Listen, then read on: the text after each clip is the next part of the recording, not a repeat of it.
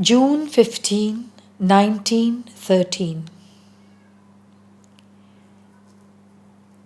Even he who might have attained a perfect contemplation in silence and solitude would have arrived at it only by withdrawing from his body, by disregarding it, and so the substance of which the body is constituted would remain as impure, as imperfect as before, since he would have left it to itself. And by a misguided mysticism, through the lure of supraphysical splendors, the egoistic desire to unite with thee for his own personal satisfaction, he would have turned his back upon the very reason of his earthly existence. He would have refused like a coward to accomplish his mission. The redemption and purification of matter.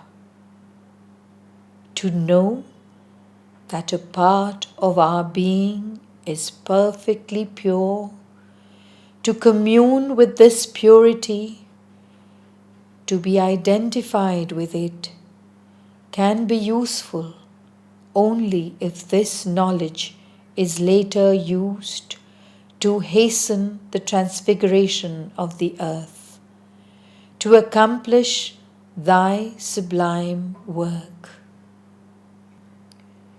June 17, 1913. Grant, O Lord, that I may be like a fire that illumines and gives warmth, like a spring of water that quenches thirst, like a tree that shelters and protects. Men are so unhappy and ignorant and have so great a need of help. My trust in thee, the certitude within me grow deeper day by day, and day by day too I feel thy love more ardent within my heart, thy light more brilliant and yet also more sweet. And more am I unable to distinguish thy work from my life and my individual being from the entire earth. O Lord, Lord, thy splendor is infinite. Marvelous is thy truth, and thy all-powerful love shall save the world. June 18, 1913. Translation by Sri Aurobindo. To turn towards thee, unite with thee, live in thee and for thee is supreme happiness, unmixed joy, immutable peace. It is to breathe infinity, to soar in eternity, to no longer feel one's limits, escape from time and space. Why do men flee from these boons as though they feared them? What a strange thing is ignorance, that source of all suffering. How miserable that obscurity which keeps men away from the very thing which would bring them happiness and subjects them to this painful school of ordinary existence fashioned entirely from struggle and suffering. June 27, 1913. Thy voice is so modest, so impartial, so sublime in its patience and mercy, that it does not make itself heard with any authority, any force of will, but comes like a cool breeze, sweet and pure, like a crystalline murmur that brings a note of harmony to a discordant concert. Yet, for him who knows how to listen to the note, to breathe that breeze, it holds such treasures of beauty, such a fragrance of pure serenity and noble grandeur, that all foolish illusions vanish or are transformed into a joyful acceptance of the marvelous truth that has been glimpsed.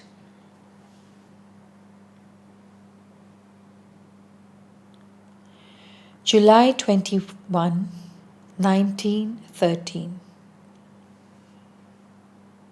Translation by Sri Aurobindo.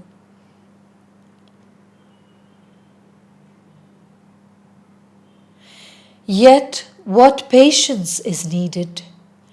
How imperceptible the stages of progress! Oh, how I call thee from the very depths of my heart! True light, sublime love, divine master, who art the source of our light and of our living, our guide and our protector, the soul of our soul and the life of our life, the reason of our being, the supreme knowledge, the immutable peace.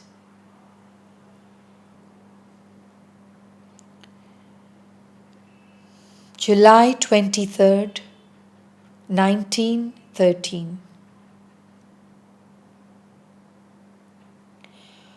O Lord, inconceivable splendor, may thy beauty spread through all the earth.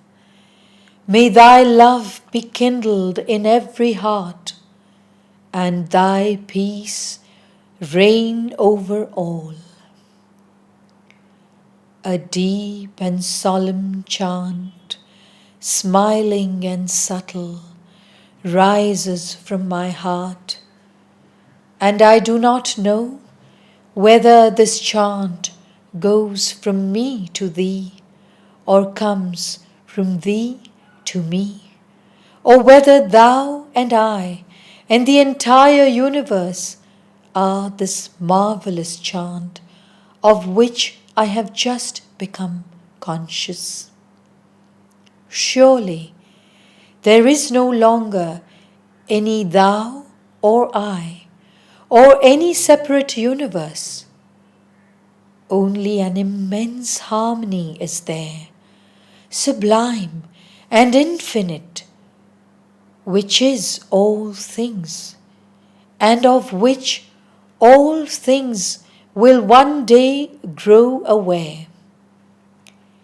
It is the harmony of boundless love, love victorious over all suffering and all obscurity. By this law of love, thy law, I want to live more and more integrally. To it unreservedly I give myself, and all my being exults in an inexpressible peace.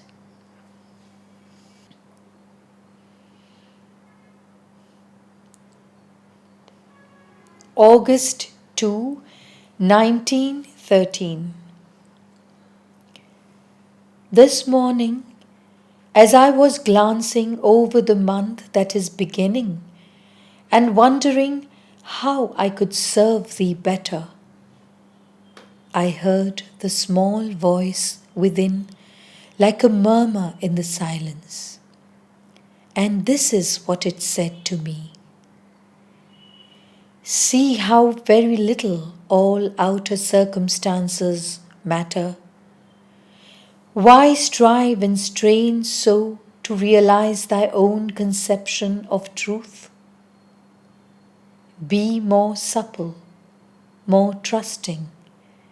The only duty is not to let oneself be troubled by anything, to torment oneself about doing the right thing causes as much harm as a bad will.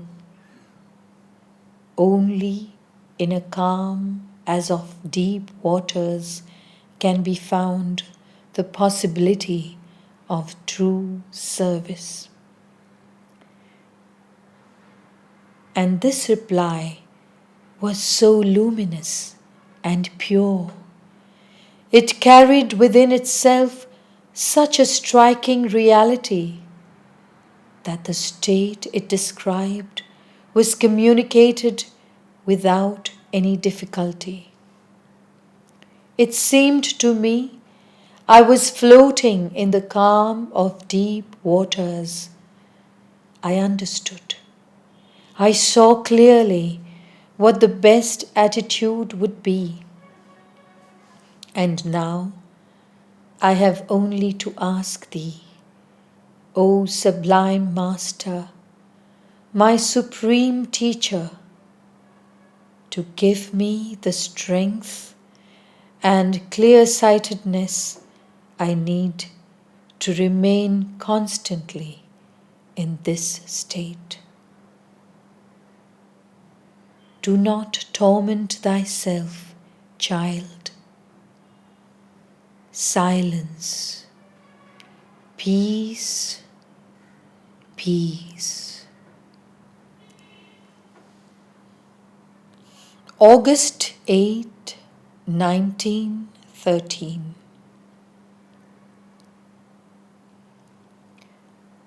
O sweet harmony that dwellest in all things, sweet harmony that fillest my heart, manifest thyself in the most external forms of life, in every feeling, every thought, every action.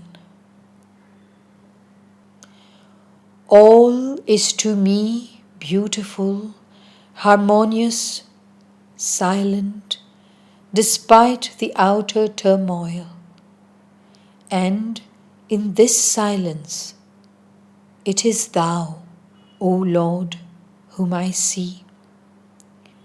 And I see Thee in so unique a way that I can express this perception only as that of an unvarying smile.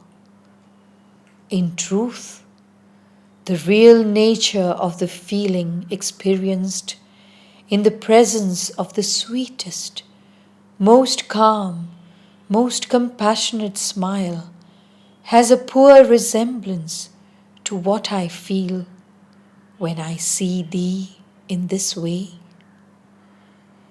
May Thy peace be with all.